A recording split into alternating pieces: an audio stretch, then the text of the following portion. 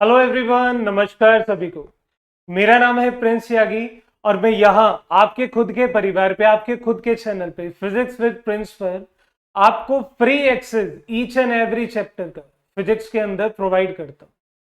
बेटा, जैसा कि आप लोग जानते हैं कि अभी तक हम लोग काइनेमेटिक्स तक पहुंचे और काइनेमेटिक्स के 2D पार्ट पर, लेकिन काइनेमेटिक्स से हटकर भी सोचना पड़ेगा। आज मैं आपके सामने एक ऐसी प्रॉब्लम लाया हूं जो काफी बच्चों को परेशान करती है और वो गलत तरीके से उसे पढ़ लेते हैं।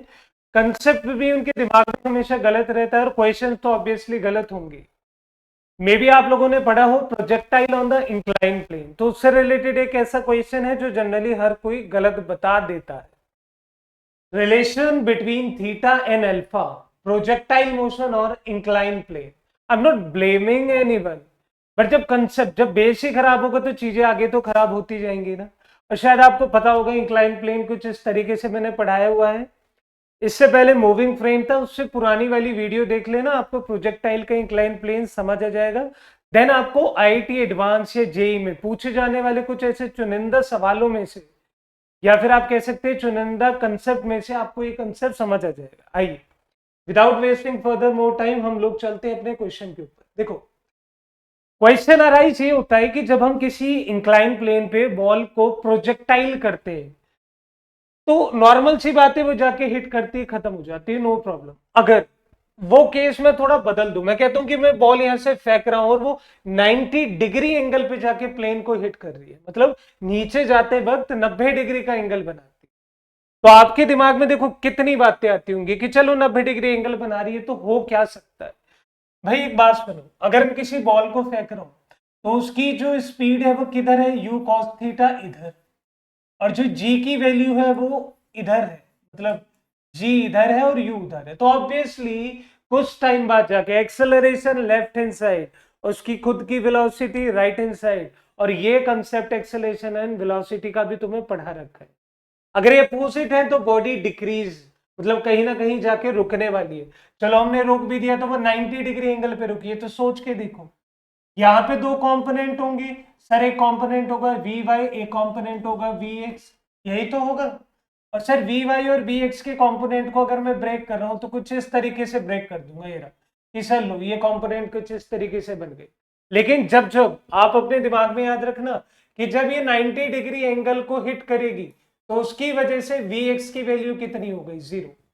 मतलब जो हॉरिजॉन्टल कंपोनेंट है वो कितना हो गया, जीरो। क्यों, बॉडी तो हिट करी है ना वाई के डायरेक्शन में, तो हॉरिजॉन्टल मोशन के दौरान वीएक्स की वैल्यू, मतलब ये जो मोशन है ये कौन सा मोशन है, हॉरिजॉन्टल मोशन। तो अब मुझे बात भी किस में करनी पड़ेगी, हॉरिजॉन्टल मोशन के अंदर। चलिए आइए समझते हैं कि रिलेशन कैसे निकलेगा। भाई आपको पता है एक इक्वेशन होती है v equal to u plus u t. अगर मैं इसकी जगह कहूं कि मुझे केवल वी एक्स यू एक्स और ए एक्स की रिक्वायरमेंट है, तो देखो वी एक्स की वैल्यू कितनी है, जीरो। यू एक्स की वैल्यू कितनी है, यू कॉस थीटा, जो कि आप लोगों के सामने लिखी। चलिए अब सबसे बड़ी बात, ए एक्स की वैल्यू, सर ए एक्स तो उधर होना चाहिए, नहीं, मैं आपको ऑलरेडी बता चुका हूं ए एक्स का कंपोनेंट देखो किधर आ रहा है, इधर आ रहा है। बॉडी उधर जा रही है, कंपोनेंट इधर आ रहा है, तो माइनस का साइन लगेगा। तो माइनस का साइन लगा तो जी साइन एल्फा, और साथ में कौन चल रहा है, टी, और यही वो टी है जो आपका टाइम ऑफ फ्लाइट है। या तो स्मॉल टी लिख लो या डबल टी लिख लो। तो चलो या तो ये लिखो, तो वैल्यू कितनी आई आपकी, ये value I you cos theta upon में जी साइन एल्फा। बात समझ आ गई सभी को मेरी, कितना आया time of flight, you cos theta upon में जी साइन एल्फा। अच्छा, प्रोजेक्टाइल मोशन का टाइम ऑफ फ्लाइट बेसिकली होता कितना है, ये होता है 2u साइन थीटा। किस वाले को पोर्शन में, इंक्लाइन प्लेन के, पढ़ाया था ना कल।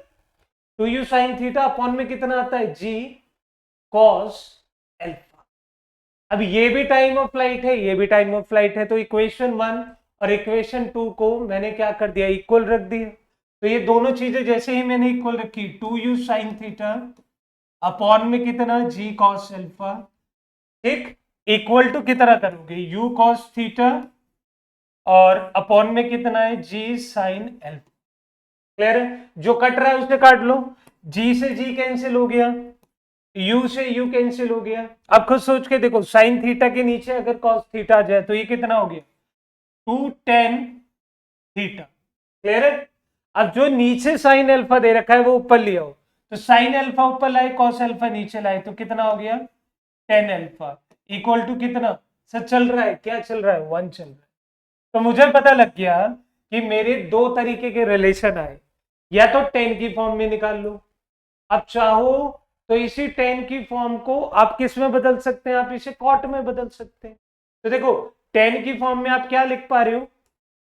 Ten theta tan alpha is equal to 1/2। कितना? 1/2। और उल्टा कर दोगे तो कितना हो जाएगा? Cot alpha cot theta equal to 2। ठीक है, तो यहां से मैंने आज एक रिलेशन निकाल लिया थीटा और अल्फा का। क्लियर है?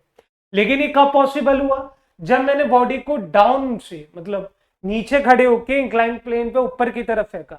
दूसरा भी तो रिलेशन हो सकता है। कैसे भाई? दूसरा रिलेशन ये हो सकता है कि जब मैं अप से डाउन की तरफ जाऊं। इसे पढ़ने से पहले ना अपनी कुछ सेंसेस को खोल ले। देखो याद करो, मैंने अभी आपको बताया डाउनवर्ड से अपवर्ड मोशन में कि वेलोसिटी ऊपर जा रही थी, एक्सेलरेशन इधर था, तो स्पीड डिक्रीज हो रही थी। यहां पे क्या हो रहा है? स्पीड नीचे की तरफ और एक्सेलरेशन भी नीचे की तरफ। तो ऑब्वियसली मुझे साफ साफ दिख रहा है कि स्पीड इंक्रीज हो रही है, ये एक दूसरे को सपोर्ट कर रहे हैं। तो यहां पे जो स्पीड होगी वो इंक्रीज होगी, और बॉडी कभी भी 90 डिग्री एंगल पे हिट कर ही नहीं सकती। मतलब मुझे साफ साफ दिख गया कि Vx is never be equal to 0 in the case of upward to downward motion on the incline plane. मेरी बात समझ आई? तो कुछ लोग कहते हैं ना कि यहाँ पे टी की वैल्यू के इक्वेट करो और उसे यूज करो, यूज करने के बाद इन दोनों का रिलेशन निकालो। भाई टी की वैल्यू यहाँ पे केवल इतनी आ सकती है। इसका रीजन ये है कि this case is not possible. Projectile motion over या on incline plane when the body is coming from upward motion to downward motion, this is not possible. मेरी बात सबको समझ आ गई? ये पॉसिबल ही नहीं। इसका सिंपल रीजन है ना, खुद सोच के देखो, जब ये दोनों एक दूसरे को सपोर्ट कर रहे हैं तो स्पीड बढ़ेगी, स्पीड डिक्रीज नहीं होगी। पीछे वाले केस में क्या हो रहा था? स्पीड उधर जा रही थी, मतलब इसकी वेलोसिटी का कंपोनेंट और ये इसकी एक्सेलरेशन का कंपोनेंट दोनों अपोजिट थे, तो स्पीड डिक्रीज हो रही थी। तो मुझे पता था जब डिक्रीज हो रही है तो कहीं ना कहीं जाके रुक जाएगी। और इस वाले केस के अंदर horizontal component never be equal to 0, hence we can say that this case is never be possible. ये था मेन चीज जो मैं तुम्हें पढ़ाने के लिए आया था। तो प्लीज किसी भी गलत चीज को ना पढ़ें, किसी गलत कंसेप्ट को अपने दिमाग में ना बैठाएं, क्योंकि बच्चे रट लेते हैं, उसके पीछे का मायने नहीं जानते। चलिए मिलते हैं किसी अच्छे कंसेप्ट के साथ, लेकिन कल आपकी क्लास होगी सेम टाइम, प्रोजेक्टाइल के फैबुलस राप्ची क्वेश्चन लेके आएंगे। Thank you so much, love you all and stay focus. Bye bye.